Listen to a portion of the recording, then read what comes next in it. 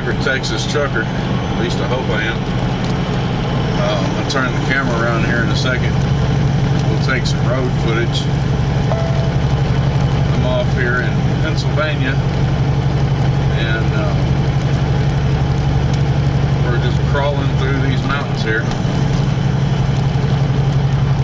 Hopefully when I turn it around you can see one of the reasons why I like to drive. It's really pretty out here. We're at the end of March, technically in spring. I don't think anybody told Pennsylvania, so here, check this out. Alright, there we go.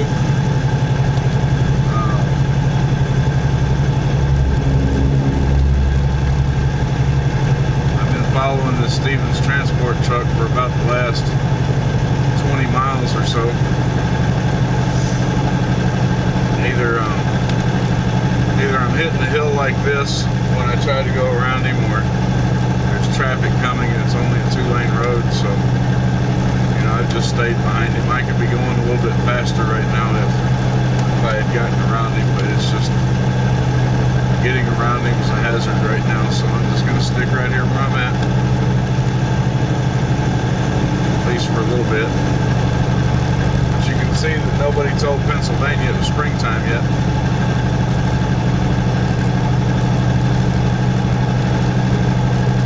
Slowing down, so maybe I can get around him now. Thought that I've tried a couple times already to do a video about staying awake, and I failed both times. My batteries went out on the camera. I've only got one set of rechargeables, so you know, it is what it is. There's 3 dangerous times to be traveling on the road where you're most susceptible to falling asleep. The first is early in the morning, that hour before sunrise, up to about 30 to 40 minutes, or up to an hour after sunrise, and then there's right after lunch. If you stop and you eat a big lunch, catch you a good sized meal, especially if it's a heavy meal, then there's that point right there also. And then the third time is at the end of your 11 hours of driving, or your 14-hour clock, whichever comes first. By the time you reach those points, you're pretty tired, and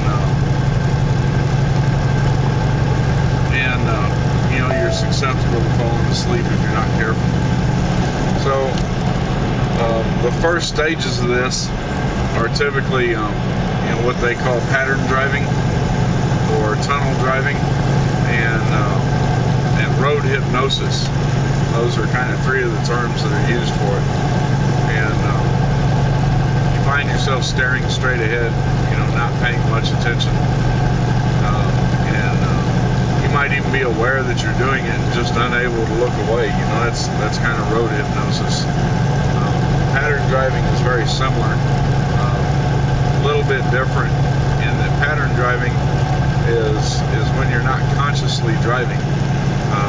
You know, you're kind of you're in a dream world, you know, daydreaming or whatever, and you're driving, and you're kind of on autopilot, and you're really not sure exactly how you got from point A to point B. You know, and I'm sure that you've done it before. I mean, I've done it before.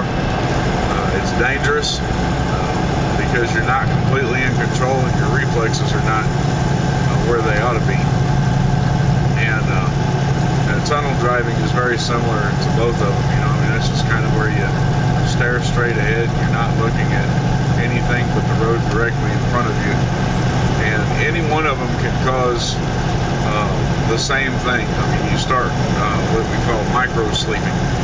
Your eyes get heavy. You'll doze off for a second, you know, and snap back to, and it's that point right there where you're the most dangerous. And if that happens, the first thing that you need to do is pull off the side of the road. If you've got a shoulder that you can pull off to, then get off onto that shoulder. Get out of the vehicle, walk around, jog up and down the passenger side of the vehicle, away from traffic. Get that blood flowing. Run around and check, everything on your truck and trailer. Check your lights, check your connections, check your airflow. Make sure you don't have any leaks. Check your tires. Get out and check everything. It'll help to wake you up. Next is roll down your windows. Let some fresh air in, especially if it's cold outside. The colder it is outside, the more that'll help you. But let some fresh air in. If you have the heater on in the truck, the heater can help cause you to fall asleep also. So if you have the heater on in the truck, turn it off. Turn that heater off. Get some fresh air flowing in there. And focus on looking at things around you. You can also help by, you can help break that pattern driving by identifying the things around you. Identify road markers or road signs. Verbalize them. Say something out loud. Catch your rearview mirror and know that you got a truck coming up. Say, hey, I got a truck coming up on my driver's side. Or right here, hey, there's this vehicle off on the side of the road. Got a green building coming up over here off to the right. They don't want any trucks in the left-hand lane. They got a bridge coming up, no sign. Don't know how tall it is, but it's got to be at least 13 foot 6 inches.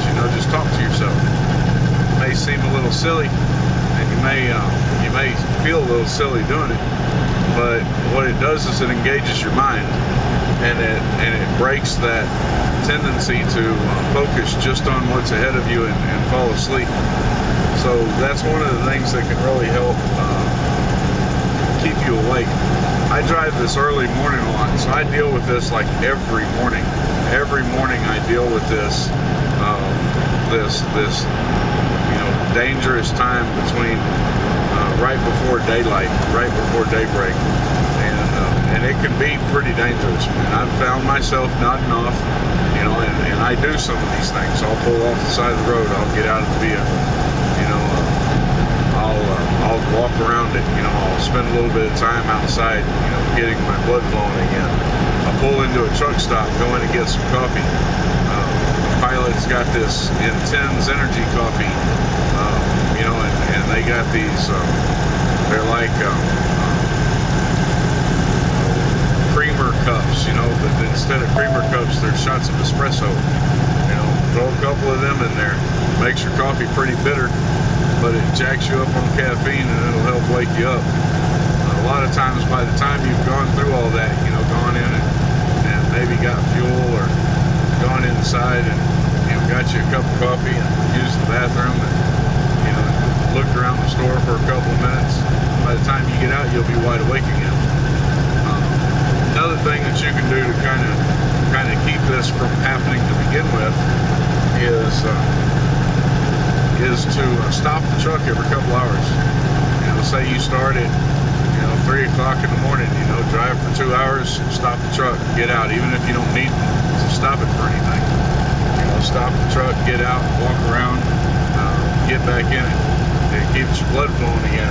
Next, stop it again at 7 o'clock. By the end of the day, the sun ought to be up. You should have made it through there. You can't do any of these things, if there's no shoulder on the road where you can safely pull over, and it's late and there's no traffic. Find you a bridge and take the exit to the bridge. Get up to the stop sign of the bridge, stop the truck, put your flashers on, get out, walk around the truck right then. Don't do that if there's a lot of traffic or if you're in a city area. But if you're in a rural setting like this, by all means, get out. Usually, nobody's going to come anyway. So you're not going to be in anybody's way, and you may save yourself from crashing and wrecking. Steven's passing me up again. So take those opportunities to do some of those things. If you can't do any of that, then call somebody. Make sure you have a headset like this. like my Bluetooth that I've got, and call somebody. You know, call them, talk to them, have them keep you company while you're, while you're going through this time right here. You know, set it up ahead of time. You know, get with a couple of drivers that work for your company. You know, and know when each other's going to be on the road. You know, they may need you. They may need somebody to keep them awake. You may need one of them to keep you awake. You know, make sure y'all know when y'all are going to be out on the road. You know, and make sure they know they can give you a holler if they need to.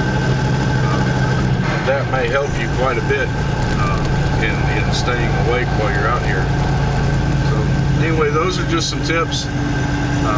I'm going to go ahead and cut this off now. And we'll catch you next time around. Y'all take care. Peace out.